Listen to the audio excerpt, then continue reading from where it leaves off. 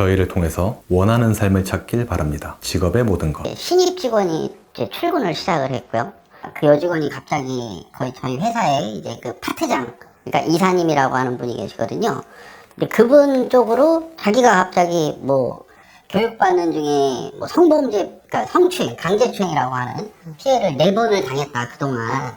그렇게 보고가 들어가면서 제가 이제 그 사실 확인차 그 직원하고 3자 대면도 하고 하면서 결국에는 해결은 안 됐어요. 그리고 노동청에도 이 건을 가지고 그 진정을 넣어서 회사도 좀 노동청에 뭐 조사도 받게 되고 고소장이 저희 쪽으로 날라와서 그래서 이제 대응을 시작을 하게 된 거고요. 검찰에서는 따로 조사는 없고 그냥 약식명령으로 벌금형하고 신상공개 뭐 부가처분 이런 식으로 저를 처벌을 했었어요. 너무 억울해서 그때 정식 재판 청구하고 그리고 나서 한 1년 6개월 정도 1심 공방해서 무죄를 받고 그리고 나서 이제 검사가 항소를 하게 되고 항소심에서는 검찰 항소 기각으로 최종 무죄 판결을 받았습니다. 그분은 나이가 어떻게 되나요?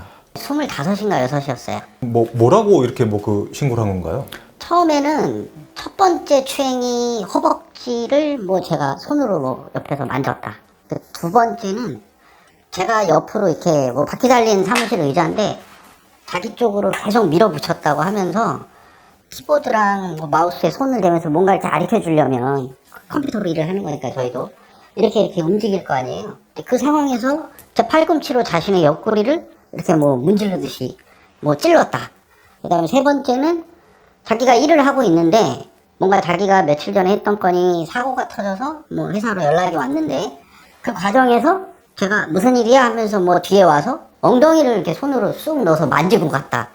그 네 번째는 또 그 여성이 사고를 친 게 있었는데 근데 그 여성이 억울하다는 듯이 아 나는 우리 그 회사 홈페이지 화면에 나와 있는 방법대로 이렇게 했다라는 걸 보여주려고 자기 휴대폰을 열어서 저를 이렇게 줬어요. 제가 그 휴대폰을 이렇게 받아서 봤는데 그거를 이 여성이 경찰에서는 자기는 보여주려고만 했지 줄 생각은 없었는데 내가 핸드폰을 잡으면서 자기 손을 잡고 뺏어가려고 하면서 실랑이를 벌였다. 이런 식으로 진술을 했더라고요. 그 말도 안 되는 그 혐의를 깨는데 좀 시간이 많이 걸렸습니다. 그리고 나서 네. 일을 그만두신 건가요? 예, 그리고 나서 저도 저희 회사가 여직원들이 좀 비중이 되게 많았어요. 한 사무실에 25명 정도 당시에 있었는데 그 중에 거의 20명 정도가 여성 직원이었거든요. 그러다 보니까 이미 회사에서 이런 일이 불거졌고 아무리 비밀이라 해도 이게 비밀이 아닌 게 된 상황이니까 그래서 저도 이 직원들을 이 상태에서 제가 대할 수 있는 용기가 없어서 안 그래도 이제 일은 못 다니겠다 하는 찰나에 피해 당했다고 한 그 여성이 노동청에 진정을 넣고 그 진정 관련해서 회사로 압박이 들어오니까 그것 때문에 그냥 결국엔 잘리다시피 나가게 된 거죠. 이미 나는 그 성범죄자로 낙인이 찍힌 거예요? 그렇죠. 회사에서는 이미 사람들이 색안경을 쓰기 시작한 거죠. 제가 오전에 그 인쇄할 거 샘플 가져다 주려고 나갔어요. 나갔는데 그날 그 여직원은 저한테 당했다 그런 거죠. 이미 제가 나가서 없는데. 그래서 제 옆자리에 앉은 직원이 제가 이미 그때 그 샘플을 챙겨서 나가는 걸 봤거든요. 그 사무실에 없는데 이 여성은 피해를 당했다고 하는 거잖아요, 상황이. 어떤 분을 만나도 지출에 대한 고민을 항상 하시더라고요. 도움이 될까 해서 제가 최근에 잘 챙긴 지원금 알려드리겠습니다. 혹시 약정 지난 인터넷 정수기, 휴대폰부터 카드 캐시백까지 가만히 두면 최대 148만원 손해인 거 아셨나요? 아정당에 전화 한 통이면 설치 당일 현금 입금해주는데 심지어 지원금 최고가 보장제까지 있어 혜택도 믿을 수 있습니다. 24시간 언제든 상담 가능하니까 얼른 전화해서 놓쳤던 지원금 꼭 챙겨보세요. 더 중요한 건 그날 자기가 당해서 뭐 일기를 써놓은 게 있다고 그 일기를 뭐 수사관한테 제출됐더라고요. 근데 뭐 자필 일기나 이런 게 아니라 전자노트로 된 그냥 필기였어요. 예. 근데 그거 때문에 약식을 받은 것 같더라고요. 제가 보니까 그게 결정사가 돼서. 그러니까 나는 회사에 없는데 예. 저 사람이 저 성추행했어요. 네. 성희롱했어요. 네. 나 회사 없는데. 아예 사무실에 없었거든요.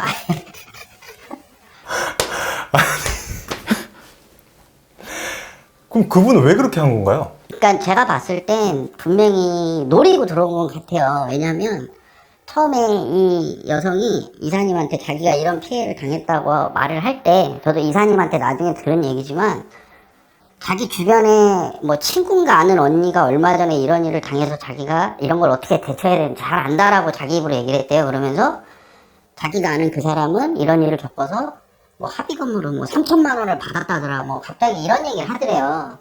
자기가 지금 이 일로 정신적으로 힘들어서 심리 상담이라도 받고 싶은데 휴가를 한 일주일 달라고 해서 이사님께서 뭐 직원들이 너나 할 거 없이 다 힘들다고 휴가 달라 하면 줄 수는 없는 거 아니냐. 그리고 뭐 저 친구가 진짜로 만졌는지 안 만졌는지 그거 아직 뭐 판결이 난 것도 아닌데 그래서 유급으로는 안 되고 무급으로 휴가를 주겠다 했더니 이 여성이 길길이 좀 날뛰는 듯이 왜 유급이 안 되냐.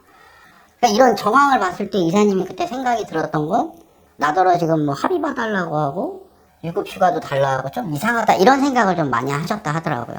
예. 그러니까 저희가 봤을 때도 목적은 돈이 맞는데 어설프게 자기가 한 달 정도 다니면서 제가 교육 받았던 그 시기를 스스로 어느 정도 그냥 대충 떠올려서 날짜를 임의로 지정하고 아마 좀 스토리를 만들지 않았나 이 생각이 좀 들었어요. 예. 그때 직책이 뭐였죠? 과장이었어요. 과장이면 한 10년 이상 근무한 직장 아니에요? 딱 12년 차 정도 됐을 때고요. 12년 다닌 직장을 이제 나오게 된 거예요. 그렇죠. 그때 그냥 쫓겨나듯이 그냥 나오게 된 겁니다. 가장이시죠? 가장이죠. 네. 나이가 6살이었어요, 그때. 그럼 당연히 또 생계를 책임져야 되잖아요. 그렇죠. 근데 그때가 코로나가 막 시작될 때였어가지고, 솔직히 뭐 어디 취직을 할 수도 없었고요. 노동청 진정 나온 것 때문에 실업급여도 못 했었어요. 그래서 3년 동안 코로나 끝날 때까지 그냥 놀았어요. 어떻게 할 수가 없어가지고. 사건을 겪으면서 이거에 대한 뭐 변호사비나 기타 부수비용 이런 것들 뭐 재현 영상까지 막 찍어서 그 재판할 때 제출도 했었는데 한 1억 5천 정도 들어갔어요. 근데 그게 솔직히 일반인 그냥 직장인이 이제 막 아이가 어리고 이제 막 키워야 될 돈이 많이 들어가야 될 시기에 직장인이 하루아침에 진짜 불과 한 1, 2년 새에 1억 5천을 그냥 거의 현찰로 다 갖다 버렸다고 한번 생각을 해보시면 이게 어떤 건지 아실 겁니다. 근데 그 와중에 직업도 없고 아무것도 없었어요. 녹취록 비용만 한 200만 원 넘게 썼고요. 그리고 재현 영상 찍는데 한 600만 원 이상 썼고요. 네. 그러니까 그런 부수적인 비용이 되게 많이 들어갔어요. 그때 당시에는 내가 이게 무혐의가 나올지 안 나올지 모르잖아요. 모르죠. 알 수가 없죠. 하지만 뭐 버텨야죠. 가족이 있는데 뭐 딸을 가진 아빠인데 성범죄자로 살 수는 없잖아요. 아무것도 안 했는데.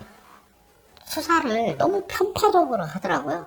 그러니까 제가 수사 받을 때 난 이런 일이 없다 했고 당시에 이런 목격자가 있고 내가 외근 나가서 만난 목격자도 있다 해서 참고인으로 조사를 다 시켰는데 일단 처음 이 사건을 접해서 어쨌든 최초로 뭐 파트장이고 하니까 책임자고 해서 이사님이 그 여청팀에 가서 수사 받을 때 그때 당시에 여자 경찰이었어요. 아줌마 그 주부사 경찰이라고 이제 뭐 폭칭 얘기를 하는데 참고인 불러놓고 한 30분을 앉아갖고 뭐 어린이집 교사하고 막 통화를 하더래요.